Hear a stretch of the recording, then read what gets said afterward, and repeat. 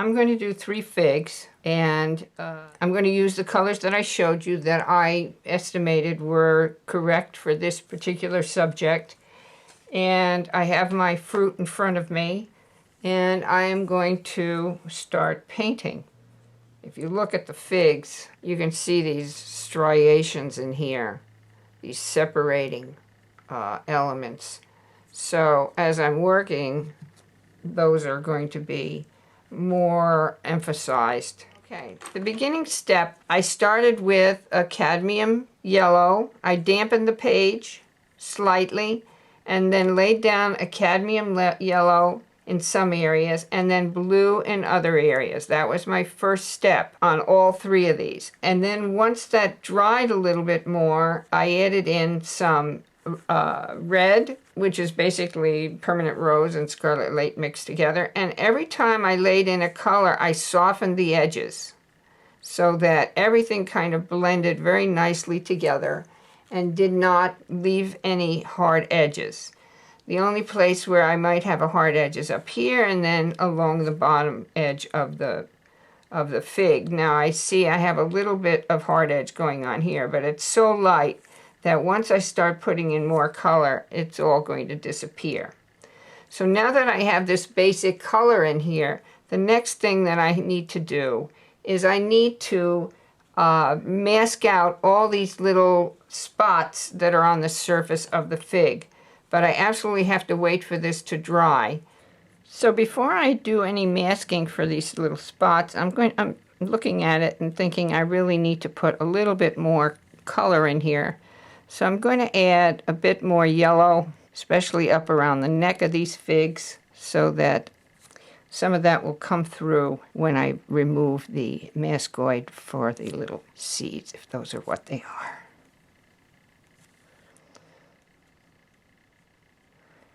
This particular specimen is very good for using glazing because it just has so many underlying layers of color that can be taken advantage of in order to make this painting interesting. I've mixed up some mascoid here in this little dish with a little water so that it's a little runnier than normal. I find that it does work a whole lot better than using the mascoid right out of the dish. So what I'm going to do is use my pen point, and I'm going to put just the tiniest little dots all over these fig paintings. You may not be able to see it, but they're there. And the pen gives you a really small dot, so you don't have these things looking too big and awkward. So I'm going to fill all of these in, let it dry, and then we will be able to paint over the top of them. At this point, we have masked our spots from the fig onto the painting itself, and I've started to add a little bit more color, and now we're just going to keep building color until we get this to the point where we feel that it's the correct saturation. Adding where I think it needs additional layers. Just remember that each time you put a layer down, make sure you feather it out. This is a real exercise in not only glazing, but also in gradation.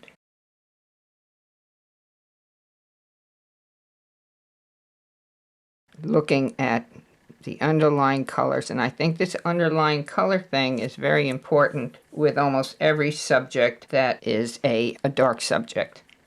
I think at this point I'm also going to start putting in some color on these stems. We really don't need to work wet, we can work dry.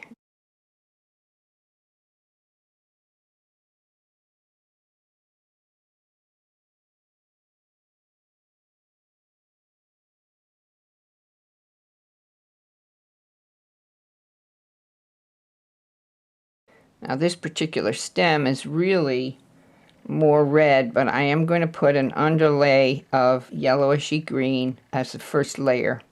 And when I put the red on, the green will help to neutralize some of that red so it's not quite so bright.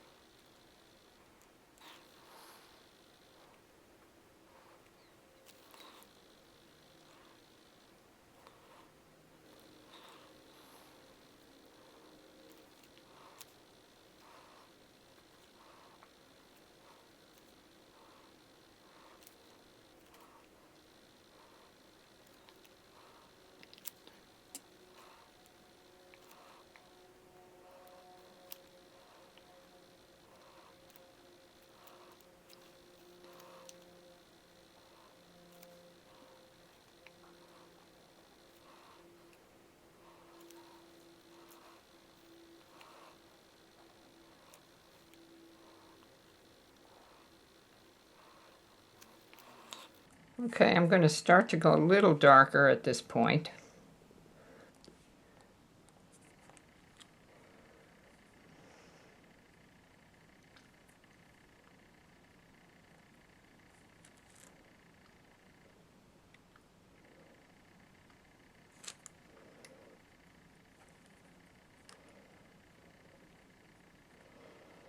Again, softening the edges, even though it might be relatively distinct, you need to soften those edges.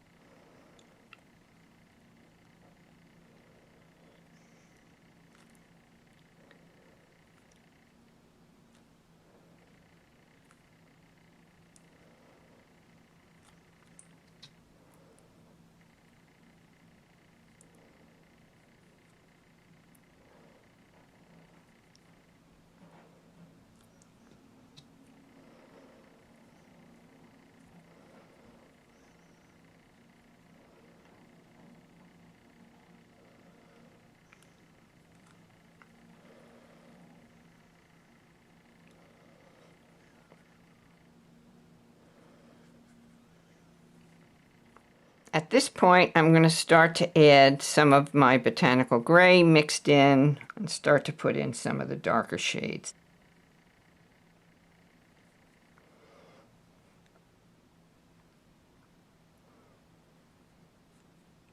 I've put in some of the darks, especially on this one fig. It's just a matter of continuing to do that, feathering it in as much as possible in order to get the right look and feel. And the more darks you put in, the less wet it has to be, because you're going to start to blend this stuff with dry brush.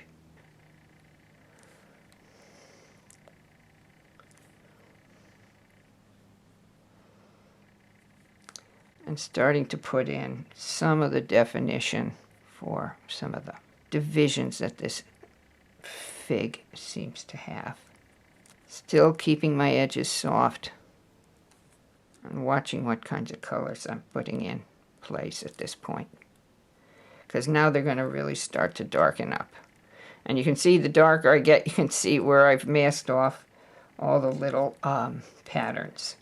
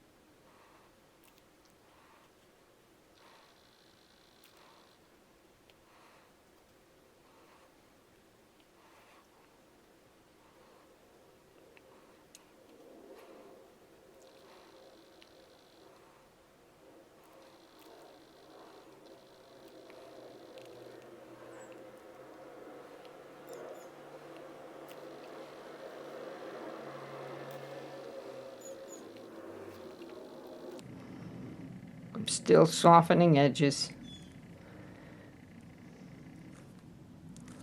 in order to get a little bit more of that feeling that I want to capture. The thing you want to look for are the dark areas and represent those as much as possible. And then you can modify the lighter areas, because as soon as you start putting the darks down, you'll notice that the lights are going to get very light.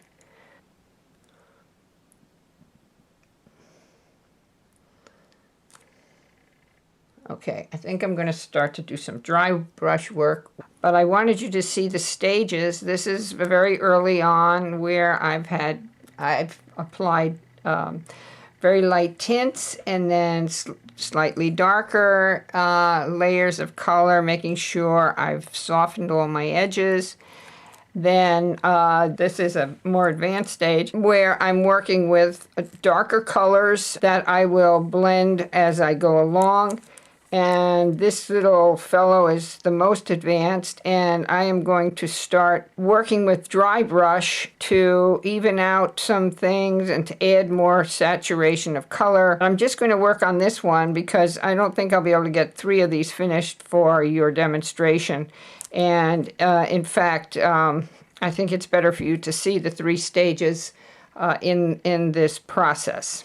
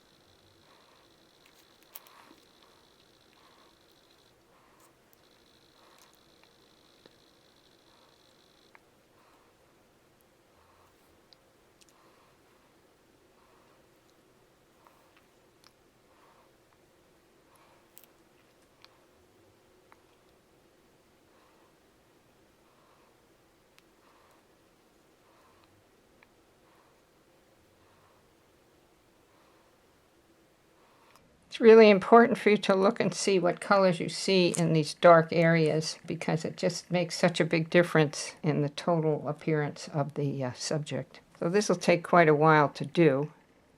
And you can see how all my little white spots are now starting to show up because the darks are starting to get dark. And even though they are masked out right now, we'll have to go back into them later and add some color to them. Continuing to paint.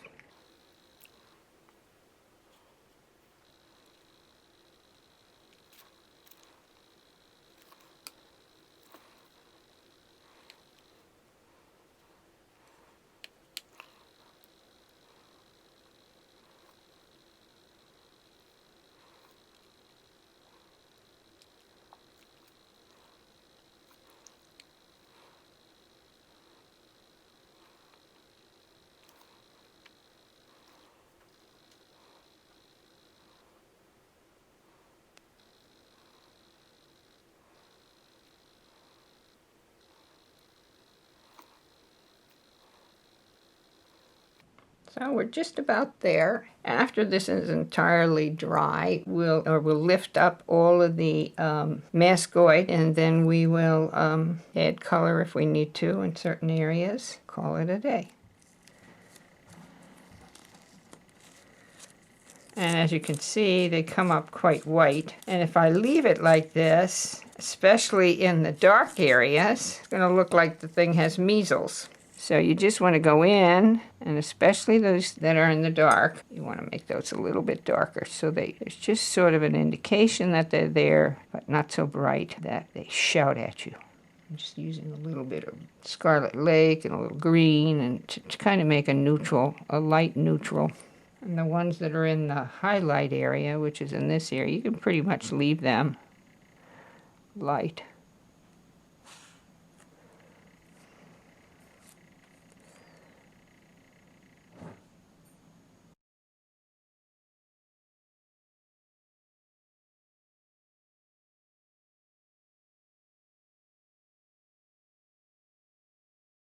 Might be easier for me to use a magnifying glass for some of these.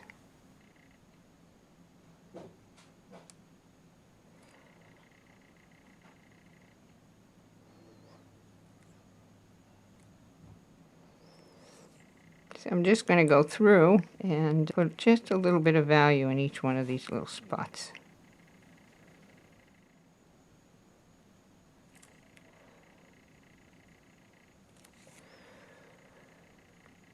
And there you have it. One fig ready to go.